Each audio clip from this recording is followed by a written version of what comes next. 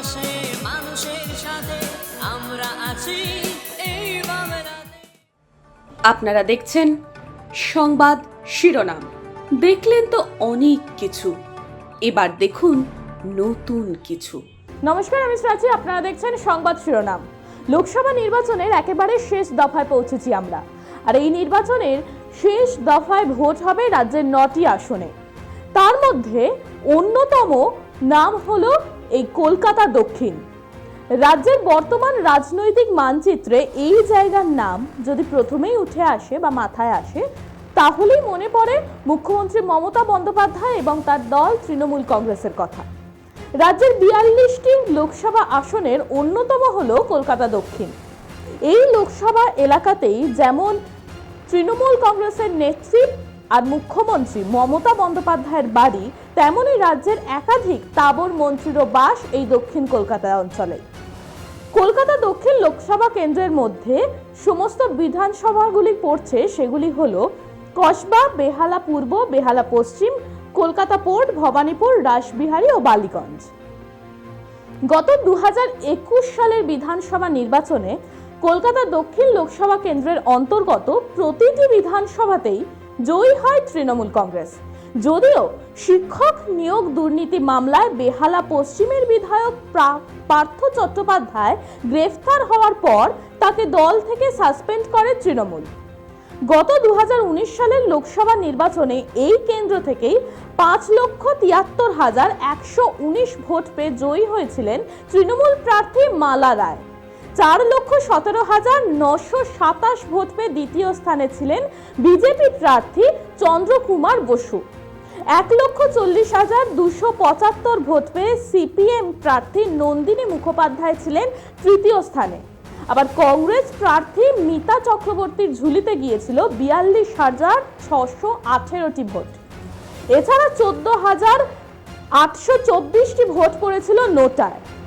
শুধু 2019 সালেই নয়, বিগত বহু বছর ধরেই কলকাতা দক্ষিণ লোকসভা আসনটি নিজেদের দখলে রেখেছে তৃণমূল কংগ্রেস। খোদ মমতা বন্দ্যোপাধ্যায় দীর্ঘদিন এই কেন্দ্রের সাংসদ ছিলেন। কংগ্রেসে থাকাকালীন 1991 সালে প্রথম এই কেন্দ্রের সাংসদ হন মমতা বন্দ্যোপাধ্যায়। 2019 সালে তৃণমূলের প্রতীকে লড়ে জয় ছিনিয়ে এনেছিলেন মালা রায়। এবারে এই কেন্দ্রে মূল 3 প্রার্থী: তৃণমূলের মালা রায়, সিপিএম এর শাহেরা শাহ আলিম এবং বিজেপির প্রাক্তন রায়গঞ্জের সাংসদ তথা প্রাক্তন কেন্দ্রীয় মন্ত্রী দেবশ্রী চৌধুরী। দেবশ্রী কলকাতার কাছেই থাকেন, আরএসএস এর ঘনিষ্ঠ এবং বিজেপির দীর্ঘদিনের প্রচারক। মোদী সরকারের মন্ত্রী থাকলেও একসময় তার মন্ত্রিত্ব চলে যায়। তিনি রায়গঞ্জেও নিয়মিত ছিলেন না। এবারে তার টিকিট পাওয়া এক প্রকার অসম্ভব ছিল, কিন্তু শোনা যায় সংঘ পরিবারের চাপেই নাকি দক্ষিণ কলকাতার টিকিট পান তিনি। বড্ড কঠিন জমিতে লড়াই তা। অন্যদিকে শায়েরা কিন্তু প্রাক্তন বাম স্পিকার আব্দুল হালিমের পুত্রবধূ এবং অভিনেতা নাসিরউদ্দিন শাহের ভাইজি। বালিগঞ্জ কেন্দ্রে সুব্রত মুখোপাধ্যায়ের মৃত্যুর পর উপনির্বাচনে বাবুল সুপ্রিয়র বিরুদ্ধে দাঁড়িয়ে বেশ ভালো লড়াই দিয়েছিলেন, কাজে এবারও তার উপরই ভরসা রেখেছে সিপিএম। এই লোকসভা কেন্দ্রে প্রায় 36% সংখ্যালঘু ভোট, সেখানেই ভরসা বামেদের। তা যাই হোক না কেন, এই অঞ্চলে 1 ডজন তৃণমূলের বড় নেতাদের বসবাস এবং সংগঠন। বাংলার সবথেকে সেফ সিটে তৃণমূলকে হারানো কিন্তু বেশ একটু কঠিন কাজ। অন্যদিকে বহু দুর্নীতির সাথে নাম উঠে আসে তৃণমূলের বহু নেতা নেত্রীর, এমনকি সন্দেশকালের ভয়ঙ্কর ঘটনার সাথেও নাম জড়ায় তৃণমূলের।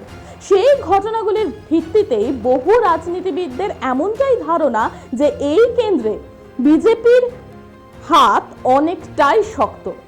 যদিও সংবাদ শিরোনামের সমীক্ষা অনুযায়ী সম্ভাব্য জয়ী হতে পারে বিজেপির প্রার্থী প্রাক্তন কেন্দ্রীয় মন্ত্রী দেবশ্রী চৌধুরী।